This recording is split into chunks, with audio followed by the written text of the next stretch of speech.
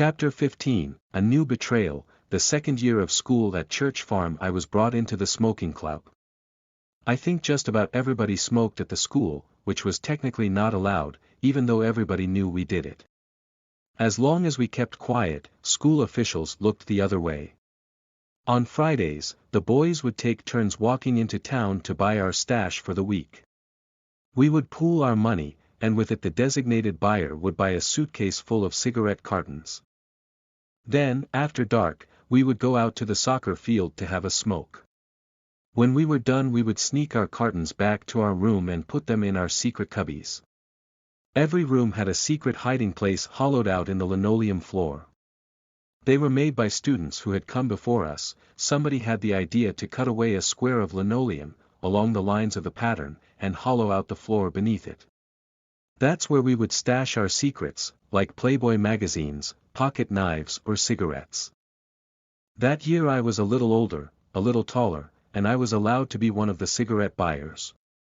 I would walk to town with a pocket full of cash and head to the store. One day, when I got to town, I found a girl standing outside the store. She was tall, with dark hair, and she smiled at me as I walked in. "Hi," I said. She waved at me and watched as I sauntered inside. She saw me load up my bag full of cigarettes, and when I came out she asked me about it. "What are you doing with all those cigarettes?" "They're for the guys up at the Church Farm School," I said. She laughed. "Is that the school with all the tennis courts?" she asked. "I can see them from the highway." "Yup," I replied. "Do you play?" "I do. You know visitors and friends are allowed to come on Sundays, after church. Why don't you come over and we can play?"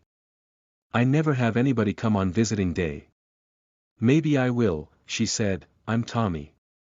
"Diane," she replied, reaching out to me. We shook hands, and I walked back to school thinking about her. To my surprise, the next Sunday she came. She had her own tennis gear, all white, and we went out to the courts together. She was good too.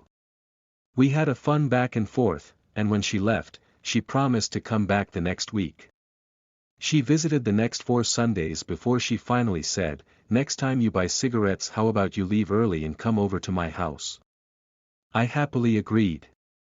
The next Friday I snuck away early and went to her apartment for a meeting that would change my life.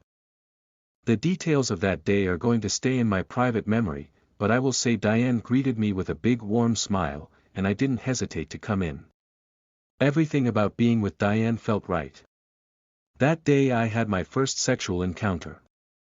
I consider it my first because it was the first time I got to choose it. It changed my whole perspective. I had been told for years in the movement that I couldn't be around women, I couldn't touch them. That even so much as letting my hand graze a woman was evil. And a sin. The highest and holiest thing I could aspire to was physical purity. But the only time I ever felt dirty, evil and sinful was when I was with the people trying so hard to live up to that ideal. That day, with Diane, didn't feel evil. I felt alive.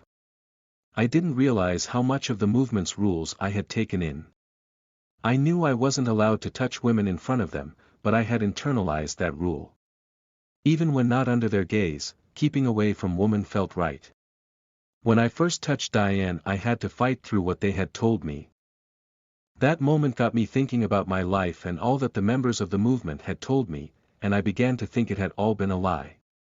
Living without love was wrong. Trying to stop people from loving was wrong. Suddenly, I started to see that my life had been given away when I was brought into the peace mission, and it was time for me to take it back. After being at Diane's, I returned to school, with a new outlook and a plan forming in me. I was going to leave Church Farm School. I had a little bit of money, but not enough to get me back to California. I decided to reach out to one person who might be able to help me, one person who might still care, my pop.